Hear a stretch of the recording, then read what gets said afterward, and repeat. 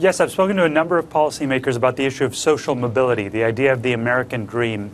How can we help children from low-income backgrounds succeed and move up in the income distribution? And there's a lot of interest with growing inequality in the United States in how we can give children from disadvantaged backgrounds better chances of succeeding. And so in our research, we've studied how social mobility has changed in America over the past 40 years and how it varies across different parts of America. Have you looked at social mobility as an issue, Governor? Absolutely, because there has been a stagnant economy for the bottom 90% of American workers. I mean, this is real. People used to have full-time jobs. They now have part-time jobs, several of them, no benefits, and they're struggling just to hang on for dear life. And it's a serious problem. And the American dream, for the first time in 239 years of our history, seems unreachable to a majority of young Americans. Sandra? The underemployment level, I think, is what you're referencing, is unbelievable. And by the way, the child poverty rate in this country, we just saw recent data on that. It has gone up substantially over the past several years. That being said, I put out on Twitter, by the way, Governor, a question. I said, we've got Mike Huckabee on here. You're trending on Twitter right now. I use the hashtag. And I said, any questions for Governor Huckabee? It falls right in line with this conversation. A lot of questions about bringing manufacturing jobs back to the United States certainly could help the overall employment situation in this country. We lost 5 million since the year 2000. 60,000 manufacturing plants have closed. And part of the reason is that our tax system punishes productivity and rewards irresponsibility. So we've chased these jobs away. Part of it is regulation, but the bigger part is the tax environment. There's $11 trillion of U.S. capital parked offshore. One of the reasons that I'm very passionate, $11 trillion. One of the reasons that I'm so passionate about the fair tax, which is a tax on consumption, not on income, capital gains, savings, and inheritance, is because it is the single most transformative thing we can do for the economy. Here's why. You build a chair in North Carolina, 22% of the cost of that chair is embedded tax because we tax labor and capital. So you can't avoid that tax even though the consumer doesn't see it. It's in there.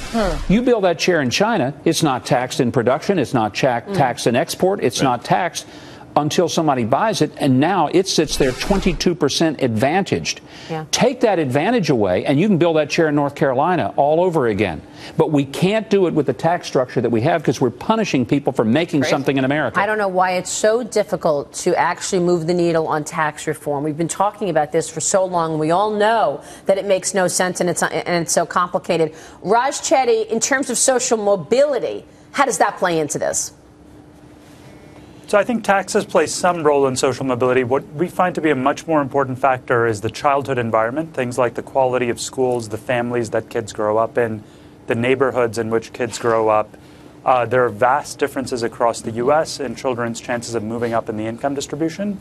So, for example, if you grow up in a city like Baltimore, which comes out the lowest among the 100 largest cities in our rankings of social mobility, you have very low odds of escaping poverty. But if, in contrast, you grew up in the suburbs of Chicago or cities like Salt Lake City, Utah, your odds of moving up in the income distribution look much higher.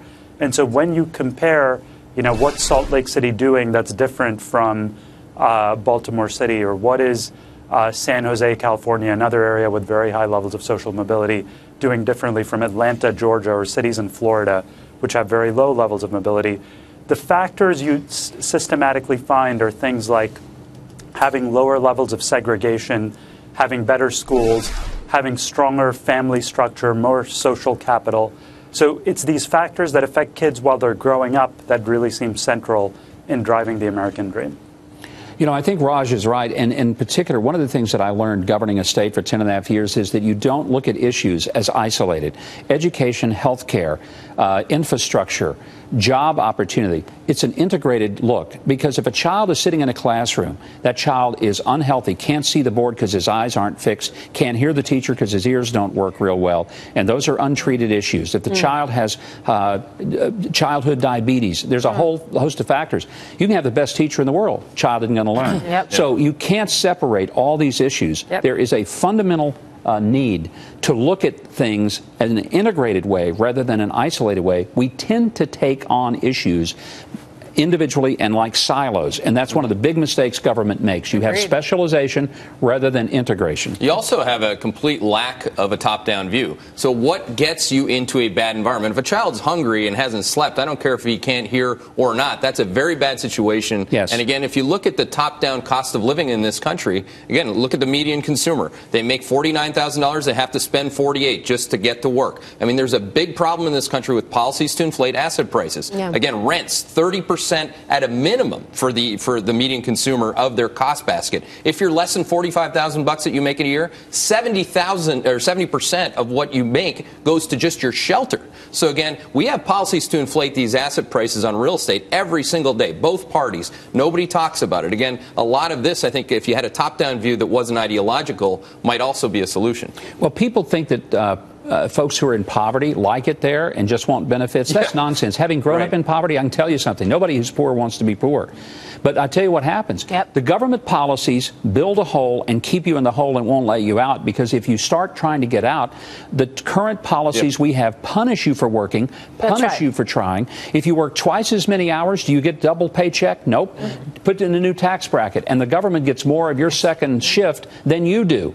That's why, again, our tax system punishes people for working. That's nonsense. That's absolutely right. Person working 16 hours a day ought to make twice as much money. They're talking about dismantling the entire whole of Washington. That's exactly what I'm talking about. You bet I'm talking about that. Raj Chetty, final word from you. Go ahead, sir. Well, I think all of these issues, exactly as the governor said, have to be approached jointly. I don't think you can tackle them one piece at a time. And so when you look at the cities in America that are succeeding, they're doing many things that go in the right direction. They have good schools. They have access for lower income individuals in terms of exposure to better communities, stronger family structures. They have tax systems that are favorable for growth. So absolutely, I agree that one has to take kind of a holistic approach to tackling this problem. The other thing I'd say to end is one of the things that I find very encouraging about the differences in mobility within America is that there are places in America where the American dream is well and alive. And so what that shows is that policymakers can make a huge difference and can restore the American dream even in the cities where it's not quite as vibrant. I think that's a very hopeful message coming out of this work. And where's the leading city in terms of where it's working? Real quick. I would say Salt Lake City is one good example. San Jose, California is another. Good to see you, Raj. Thanks very much for joining us. Harvard Professor of Economics, Raj Chetty, joining us. We'll be right back.